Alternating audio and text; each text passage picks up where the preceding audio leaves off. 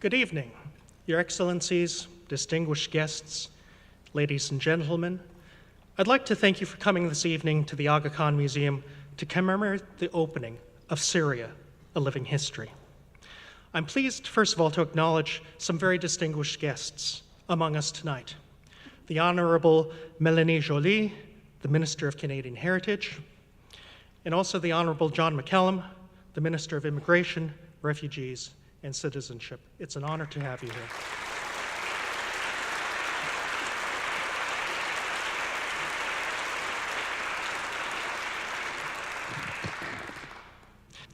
My name is Henry Kim, and I'm the Director and CEO of the Aga Khan Museum. I'm very pleased to share this moment with you, as I do not believe that there has been a topic more in our minds than Syria in recent years. Who could have foretold that the conflict that arose from the embers of the Arab Spring in 2011 would still be raging, unresolved, and unrelenting over 6 years later? The isolation that most people in the world normally feel to conflict, sitting thousands of miles away in the comfort we are accustomed to, and with the truthful lies we tell ourselves. It can't be as bad as they say. It will get better. It will be over soon. This isolation would be inconveniently broken by this particular conflict. It was the year 2015 that changed all of this. As the year began, the refugee crisis truly erupted on the world stage, as the news reported on boats filled with tens of thousands of refugees landing on the shores of Europe, and then beginning their migration over land into the heart of Europe. For me personally, it was 21 days in the summer of 2015 that forever changed my mind.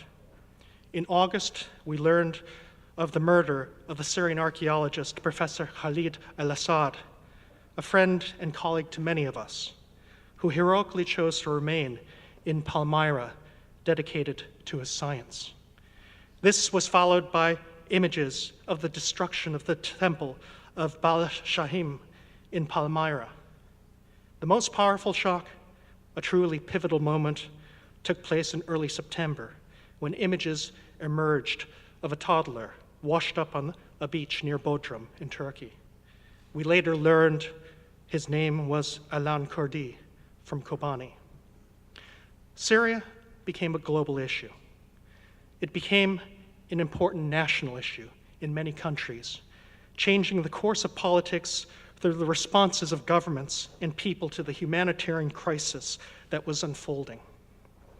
I applaud what Canada has done in opening its borders, and what Canadians have done in opening the doors to tens of thousands of refugees. I applaud everyone here who has supported Syrian refugees and the many organizations that have been formed for their aid, as well as the Syrian families who are here tonight. I have to say thank you so very much.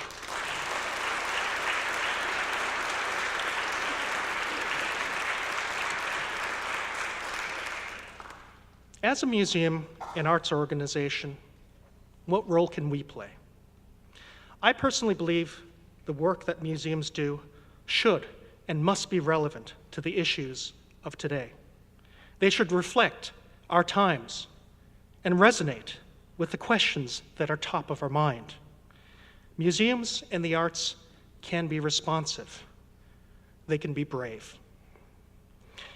As we reviewed in this museum in September of last year, our programming for 2016, we made a quick decision to find space in our program schedule for a season devoted to the culture and heritage of Syria. We felt there was clear need to create programs that offered our public with a chance to learn more about the remarkable history and artistic heritage of this region, to understand who are the Syrians, both in the past and in the present. Syria, a Living History, brings together artifacts and artworks that tell a different story of the country, one of cultural diversity, historical continuity, resourcefulness, and resilience. It shows that Syrians are Hittites and Sumerians, Greeks and Persians, Romans and Byzantines, Mamluks and Ottomans. They are the people in the news today, and they are our neighbors. They are now our neighbors who live next door. Syria, a living history, is what the Aga Khan Museum truly stands for. Opened just 2 years ago, the museum's mission is to connect cultures through the arts, offering our public with windows onto worlds unknown. It is here to inspire cultural dialogues and to promote a better understanding of the other so that we have better knowledge of our world today. I wish to thank all of you, our patrons and donors, our sponsors and partners, for all the support you have shown in these 2 years and also in helping us create this exhibition that we opened today. Your efforts have allowed us to present this exciting and internationally important exhibition and its accompanying rich programming to Toronto for the first time. Now, to create this exhibition, we had to work very quickly, thinking of these ideas in late 2015 and then putting it all together pretty much in under 9 months. I'd like to take this moment to acknowledge the unprecedented support of so many leading international institutions and private individuals for this exhibition, including, and it's all up there, right there, the Musée du Louvre in Paris, the Museum of Islamic Art in Berlin, the Forte Asiatische Museum in Berlin, the Metropolitan Museum in New York, the Royal Ontario Museum here in Toronto, which is the greatest lender of all objects to this exhibition, the Itassi Foundation here in Dubai, and Marilyn and Marshall Wolf, who have lent the textiles and the carpets for this exhibition. I must also thank, probably more than anyone else, our 2 curators, Dr. Nasser Rabat and Dr. Phyllis Shakir Phillip, and our historical expert, Dr. Ross Burns, for their dedication in creating this exhibition in such a short period of time.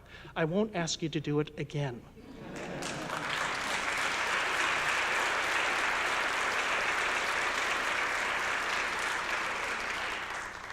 Until next year.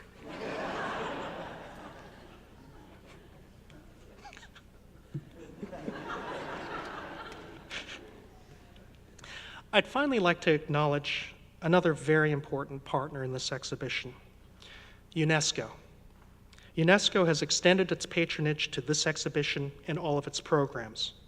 And the support of UNESCO, both on the national and on the international level, has been magnificent.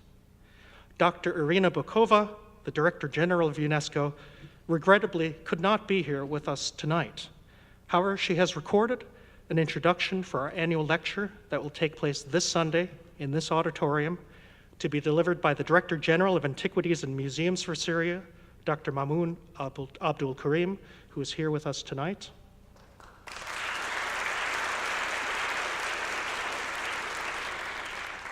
And there are a few tickets left, so if you want any, let us know. Dr. Bokova has very kindly recorded an introduction to this lecture, which UNESCO has very kindly allowed us to present here at the opening tonight. So here's the video from Dr. Bokova. Excellencies, ladies and gentlemen, I'm deeply honored to participate in opening this exhibition, Syria, a Living History, at the Aga Khan Museum, and to introduce my dear friend, Dr. Mamoun Abdul Karim, the Director General of Antiquities in Syria. We see today in Syria unimaginable human loss and the deliberate destruction of unique cultural heritage and diversity. All 6 of Syria's World Heritage properties are damaged. 60% of the old city of Aleppo is destroyed. Countless archaeological sites are looted. Last April, I sent a rapid assessment mission to Palmyra, confirming its museum has suffered heavy damage and the temples of Bel, Baal Shamin, and the Ark of Triumph had been destroyed. No one knows better these challenges than Dr. Abdul Karim. In the most dire circumstances, the Directorate General for Antiquities and Museums has worked tirelessly to protect Syria's cultural heritage and to mobilize the international community. UNESCO is answering this call. We are leading forward the United Nations Security Council Resolution 2199 to impose a global moratorium on trade in illegally exported artifacts from Iraq and Syria. We are working with partners to end the financing of terrorism through illicit trafficking. We have adopted an emergency action plan for Syria to mitigate damage, evacuate thousands of threatened objects, and plan for recovery. The UNESCO office in Beirut is training Syrian professionals in documentation, archiving, damage assessment, and emergency interventions through EU-funded projects with the support of the governments of Flanders and Austria. In this context, the message of this exhibition could not be more important. Syria's cultural heritage dates back thousands of years. This is a history of constant exchange, diversity, and resilience. This is a history that carries special meaning for every Syrian woman and man, and that belongs to all of us, that is woven into the history we all share as a single humanity. We must protect this past to build a better future for all. In this spirit, I thank again the Aga Khan Museum and all partners engaged in this unique exhibition. We must stand up for the cultural heritage and diversity of Syria, because this is standing up to the humanity we all share. Thank you.